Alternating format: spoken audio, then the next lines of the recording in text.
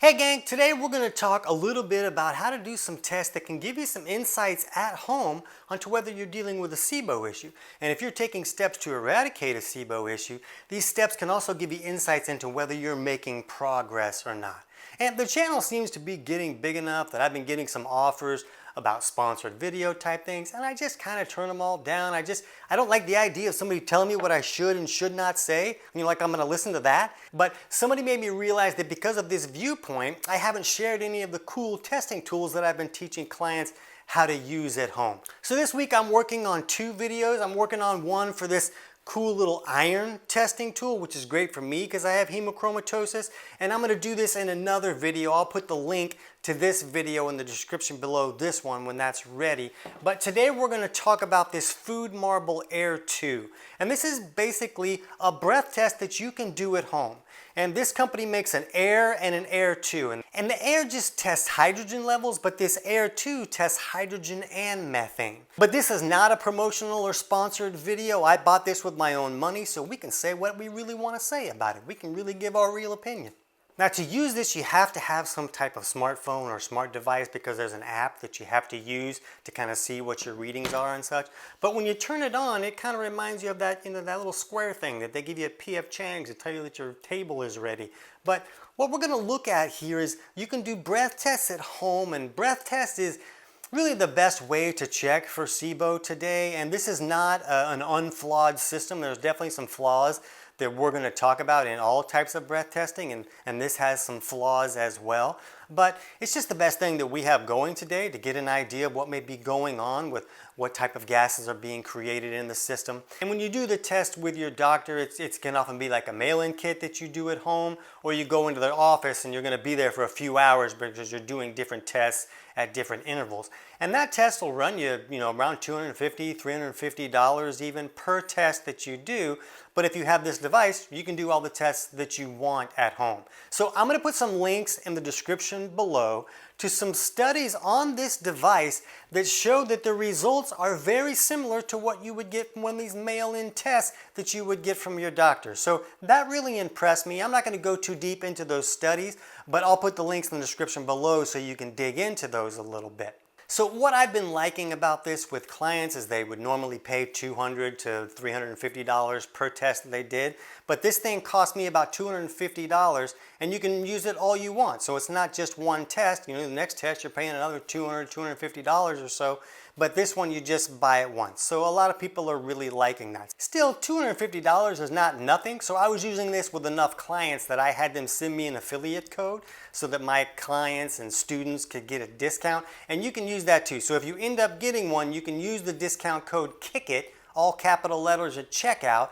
But before you run off and buy it, I want to talk about some real flaws with this system. I want to talk about some major mistakes that people are making with this and things that this doesn't really do that people think that it does.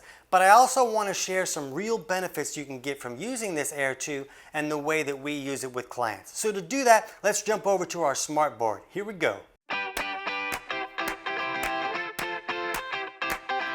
TC Hale is not a doctor and does not claim to be a doctor or licensed in any type of medical field. Don't be an idiot and use anything heard on the show as medical advice. This information should be used for educational purposes only, and you should contact your doctor for any medical advice. Now get off me.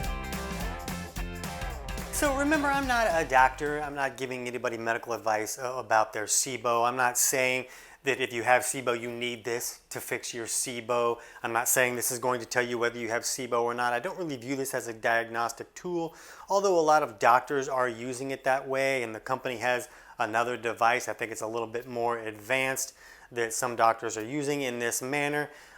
But let's look at the ways that the company is suggesting that people use this tool. We'll look at some ways that some other people use it, and then I'll show you how we use it and the insights that we try to gain with it. And then you can figure out if this is something that's right for you or not. So the Food Marble company says, first of all, that you can use this as like a SIBO test. And they're not saying that you're going to diagnose yourself either, but they can say that you can get some good indications if there seems to be a SIBO issue going on.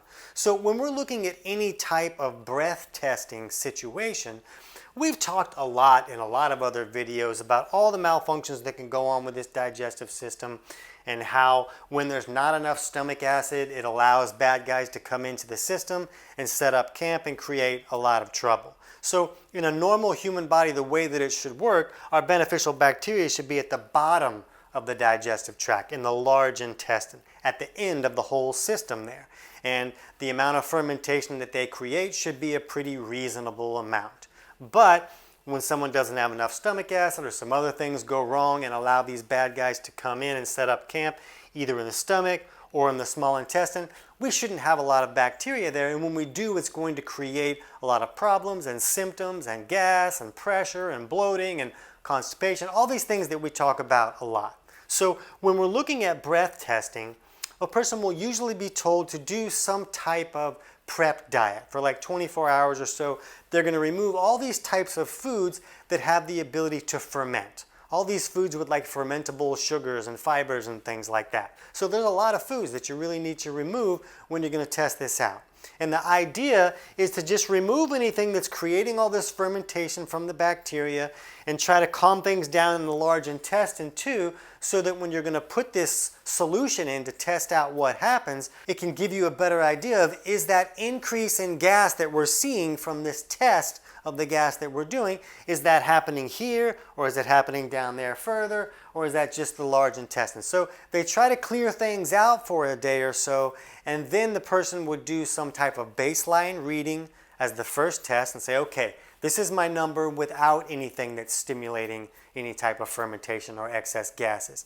And then we provide the body with some type of stimulant like a glucose solution or some other FODMAP, and then we watch how long does it take for that rise to happen. So that's basically how most breath testing situations work, whether you're going to use this Food Marble Aire 2 thing or doing some type of breath test with a doctor.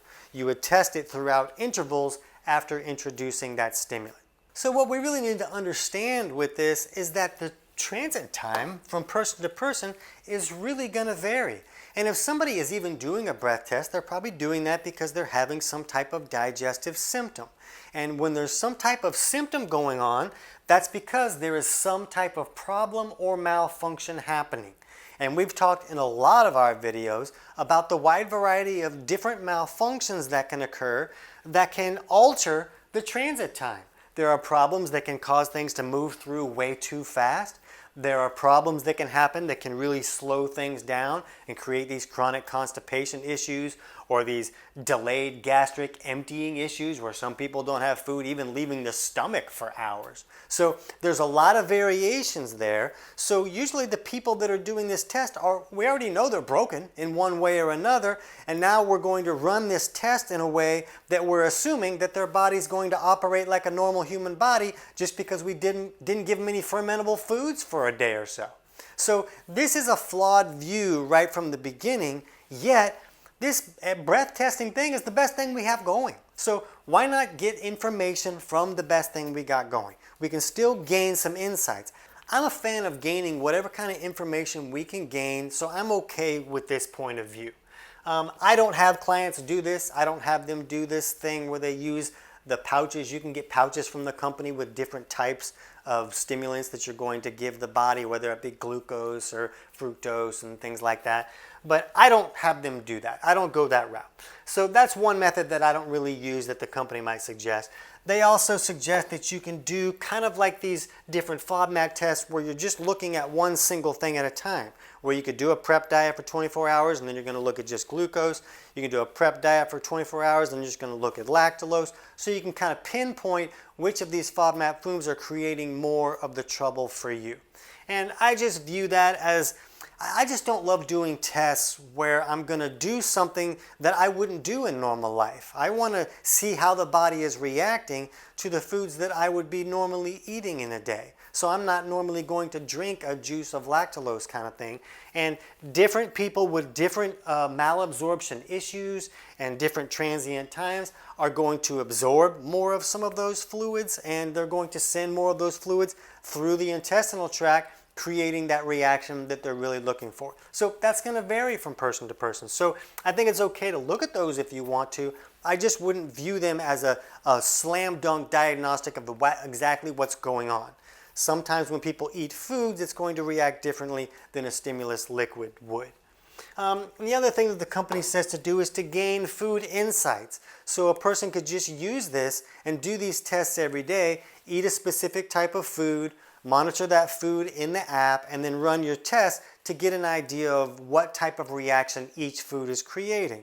And then you can get a better idea of what foods are creating the most trouble for you. And I like this point of view. I don't feel like this is wrong. I'm okay with people doing this as long as they use these insights, okay? So remember, you don't know how long it's taking things to move through there. Just because you ate a food an hour ago and you're testing it, you don't know, is that something that was doing okay before, but then it got to a specific area in the small intestine or at the beginning of the large intestine where you hit where there's a really major overgrowth in that area. And all of a sudden, all these gases are being produced, and that's creating an increase in the gas, but you thought it was something that you just ate an hour ago. So when you're going to do this method, you really want to kind of pay attention and take it with a grain of salt. You can eat a food and say, okay, I did see a spike there, but I'm going to see what happens when I eat this the next time. I'm going to see if I have a similar spike. I'm going to eat different things throughout the day. I'm not going to eat the same thing every day, so I can see if there's other days where maybe I don't get that type of reaction. Again, what this does, what the company is saying, is that this can tell you what foods you need to avoid. And I just don't like having the viewpoint of, oh, let's do some things to figure out what foods we should run in horror from for the rest of our life. When there's things going wrong, we like to fix the actual underlying cause, and then a person can then eat a wider variety of foods. They don't have to run in horror from a food for the rest of their lives. As humans, we should dominate our food. We should be able to conquer that food. And we should not be running in horror from the food. Now, there's a lot of foods that we eat today that no matter how well you're conquering your food, over time they can cause some trouble because we shouldn't be eating this stuff anyways. But for the most part, a human body should be able to conquer that food. And that's the goal, is to fix enough malfunctions so that you can eat your food and you don't even know you ate food. You don't even know you ate it. You don't have any type of symptom or horrible situation come up. You just ate food and you went about your day. That's our goal. That's what we like to see people do. So this food fear confusion, as I call it, is that somebody's going to eat a food and they're going to, oh man, I blew an 8.7 after I ate that. I'm never eating that again. But it may not have been that food. It could have been something going on further down the line. And people, when they do these kind of things, take it to a next level and they're like, oh man, I watched an episode of Alf and I blew 9.1. I ain't watching Alf again. That alien's eating cats. That's not right for me. So you don't want to look at it that way when you're looking at this, just because this is a complicated system. You don't know the rate at which things are moving through, and you don't know exactly where your problems exist. Just be okay with that. I've seen a lot of people that even did really well with this testing of the food things, and they're like, oh, I really figured out some foods that were giving me a hard time. And you know, it's very possible to figure that out. Just if you're really paying attention and your transit time is at least reasonable enough, you can gain insights from that. Plenty of people have gained insights on that. I just hate to see people get that fear of, oh, I ate this food, I got this number, I'm never eating that food again. It's not always super accurate, so you want to take these things for what they are. Okay, now what other people do that I've heard of, and I'm okay with this, is they'll do this 24-hour prep diet and they'll try to avoid these prebiotic fiber foods, which is a lot of different things. You know, it's like legumes and fruits and alcohol and sugars and starches and things like that. So they'll remove all those foods and then they'll do that first test where they do a breath test to see what they get.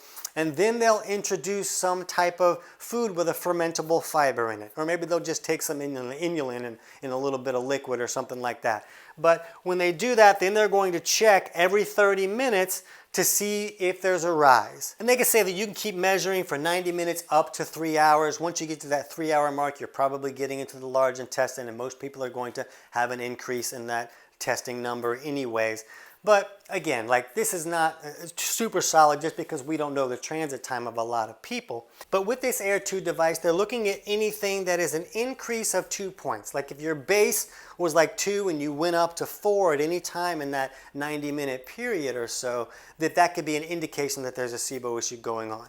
And if you go up to 6 at any point, like any of your tests are over 6, then that's a pretty strong indication that there's a SIBO issue going on.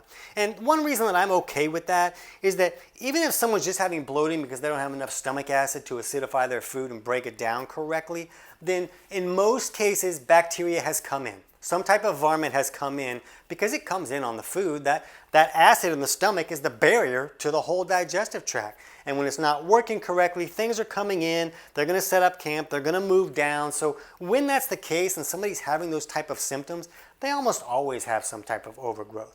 So when we're looking at blowing a number that goes over 6, that can be a pretty strong indication that things are going wrong, especially if a person is having symptoms. So here's the way that we use it. And we just use it, like I said, as a piece of information. I like it when you can add pieces of information to give you more insights. This body's complicated. It's hard to know exactly what's going on. We like to do a lot of different measurements just to get an idea of what kind of insights can we gain about how the body is operating.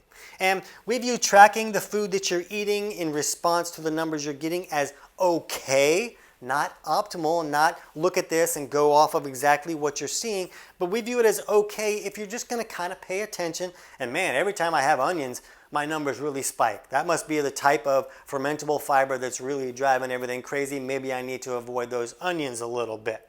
But understand that the symptoms are not always going to match up with the numbers. Remember, we're talking a lot of other videos about all these different things that can go wrong in this digestive tract that has the ability to create symptoms. So gases and increased amounts of gases is not the only underlying cause of digestive symptoms. There's a lot of other things that can go wrong, so just know that the symptoms are not always going to line up for every person.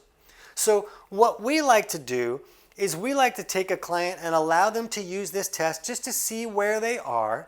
It's fine doing this first, doing this 24-hour thing to see, do you get a big spike when you put these things in? That's all fine, but what we really like to see is just what are your numbers? When you're eating the foods that you're eating and you're experiencing these symptoms, what kind of numbers are you getting? Are they really low? Are they 1.2? Or are you up in the 4, 5, 6, 8, or 9 range?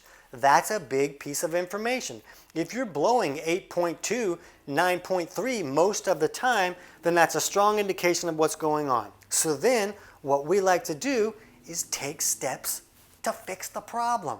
We want to use antimicrobials to kind of wipe out all these bad guys. We want to fix digestive malfunctions that are going wrong so we can shut the front door and more bad guys aren't coming in every single day. We want to fix these low stomach acid issues. We want to fix bile that is not flowing correctly because it became too thick and sticky to flow correctly. So when we can fix the actual underlying cause, then we can continue to test these numbers. Once or twice a week is even fine. A person doesn't have to make themselves completely nuts blowing in this thing every 15 minutes every single day. You just don't need to do that. But if you can take steps to improve the underlying cause, monitor your progress, then you get to see, am I making progress? Am I going in the right direction? Are things going slower than I want them to? Maybe I need to use another antimicrobial with this. Maybe I need to increase a dose. Maybe I'm using just a really low dose of something because I'm being a little bit more cautious, or maybe the die-off from all this bad guys was really causing a lot of symptoms for me, so I notched things down a few notches. So all we want to do is just look to see, wow, today I blew a 5. That's way less than 8.6. I hadn't blown a 5 before. I'm almost one of the cool kids. I'm going to continue to do what I'm doing so that I can continue to make progress. A lot of people, when they're trying to fix digestive malfunctions, give up because they didn't fix everything by Thursday so that they could go to a hoedown. Well, sometimes it takes more time than that. So when you're looking at more measurements, sometimes you can see the progress in those measurements that'll motivate you to keep doing that work. That can be very beneficial for a lot of people. The other thing this can do is help us understand, is it time to repopulate with beneficial bacteria yet? A lot of times when there's a SIBO issue or any kind of major overgrowth, if somebody just puts probiotics in there, you're going to create this battle between all the good guys and the bad guys, and that's really going to magnify a lot of symptoms, and the person's going to be like, well, that ain't for me. So if you can use this tool to kind of monitor how things are going, it'll give you an idea if it's time to start using probiotics and stop using all of the antimicrobial stuff. We have another video where we talk about a probiotic test that we do, where we wipe out all the bad guys with some antimicrobials, and then we introduce this specific probiotic to see, okay, do you have symptoms magnify when you put this in, or does it feel okay? If it feels okay, maybe it's time to start populating and stop doing all this killing bad guys off thing. So if you have this tool, This is another way that you can kind of pinpoint that a little bit more than just testing with a probiotic. So because of these flaws with the breath testing and the transit times being different from person to person, I've seen people talk about this, and just because of these flaws, they're like, throw it in the trash, you can't use that. But if you understand the flaws, you can see that there's a lot of benefits you can get from just adding another tool in your arsenal. So I don't feel like everybody needs this tool to fix their SIBO. If somebody has to mortgage their house to buy a $250 tool, then that's probably not right for them. You can just do some other steps. But if this is not a financial burden for you, and you just want to put something else in your favor, gain more insights if you're moving in the right direction, I found that this can be really helpful. So I hope this was helpful. If you decide that you want to get one, we'll put the link in the description below, and you can use our Kick It affiliate code at checkout to get 15% off if you want to do that. But right now, if you want to check out how you do the simple test, it's really easy to do. We made a video on how to do the test with the Food Marble Aire 2. I can't wait to hear about your results.